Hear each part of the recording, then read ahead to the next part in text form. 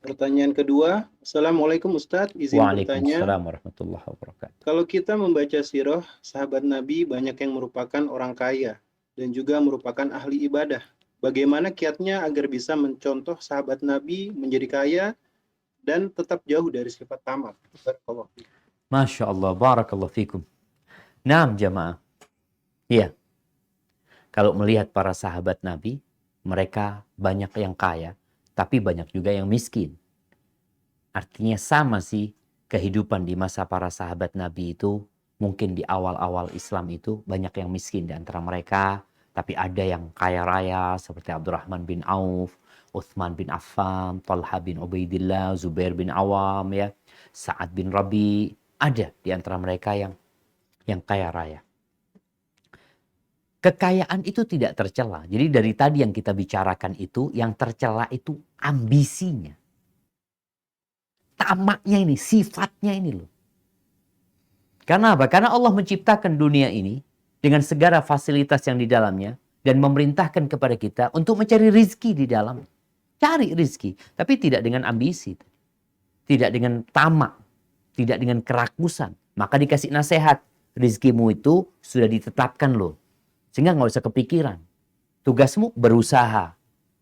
Nggak perlu hasut, nggak perlu iri sama yang diberikan kepada orang lain. Ini bicara urusan hati. Kalau urusan kekayaan, kata Rasul Sallallahu Alaihi Wasallam, la ba'sa bil ghina. Nggak apa-apa jadi orang kaya itu. Nggak apa-apa.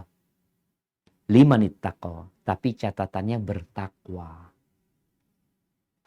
Bertakwa ini melaksanakan perintah Allah, menjauhi larangannya. Berkaitan dengan harta tadi, bukan ambisinya duniawi. Enggak. Para sahabat tuh ambisinya akhirat. Karena mereka dididik sama Rasul Sallallahu Alaihi Wasallam. Sampai-sampai tadi ayat yang kita baca di surat Al-Hasyr ayat 9. Mereka itu berbagi sama orang lain. Bukan karena kaya. Bukan karena kelebihan harta. Ini bagaimana pendidikan yang diterima oleh para sahabat Nabi. Sampai-sampai mereka itu berbagi bukan karena kelebihan harta.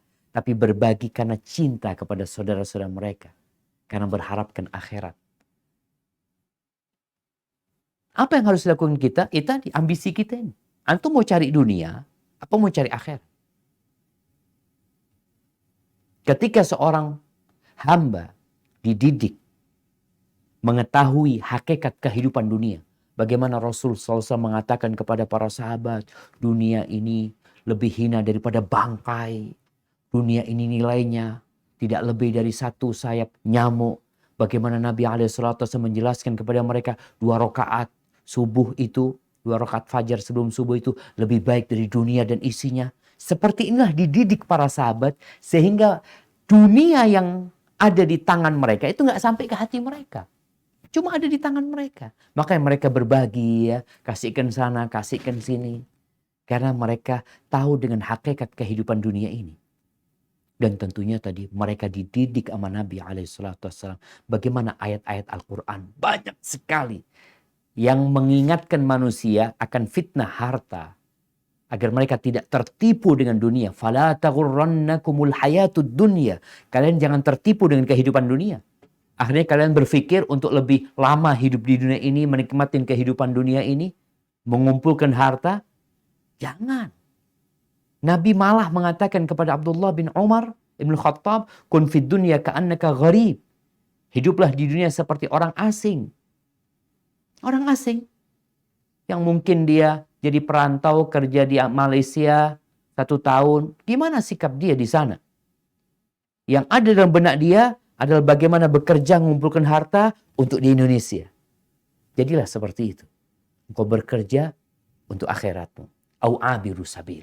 Atau engkau menjadi seperti orang pengembara. Seperti orang yang sedang transit.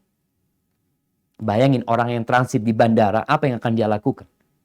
Nabi mengajarkan itu kepada para sahabat. Orang yang transit itu dia akan siap tidur di atas kursi. Dia akan siap capek, nggak apa-apa lah. Yang penting ana nggak telat, ana bisa tepat naik pesawatnya. Itu dilakukan. Oleh karena itu Rasul SAW ketika beliau sedang tidur ya di atas tikar. Yang tikar itu membekas di perut Nabi SAW, garis-garis tikar itu dari daun kurma.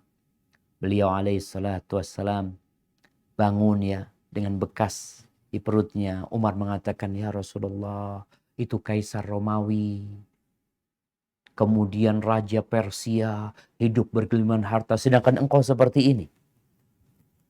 Maka apa kata Nabi SAW? Mali walid dunya. Apa urusanku sama dunia ini? Innama mathali wa mathalud dunya karakibin istadhalla tahta syajaratin thumma raha wa tarakaha.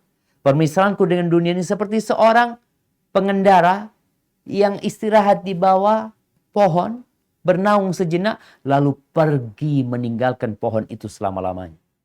Dan itulah kehidupan dunia. Sebentar kita 70-60 tahun. Nabi mendidik para sahabat seperti itu. Sehingga mereka, walaupun jadi orang kaya, mereka tahu nilai dunia ini. Sehingga mereka tidak tertipu dengan dunia. Maka hendaklah antum kalau ingin menjadi seperti sahabat, ya pelajarin tentang hakikat kehidupan dunia ini, kuatkan keimananmu dengan hari akhir, kuatkan keimananmu dengan takdir. Insya Allah kita bisa menjadi orang kaya yang seperti para sahabat Nabi. Hadza wallahu a'lam bissawab.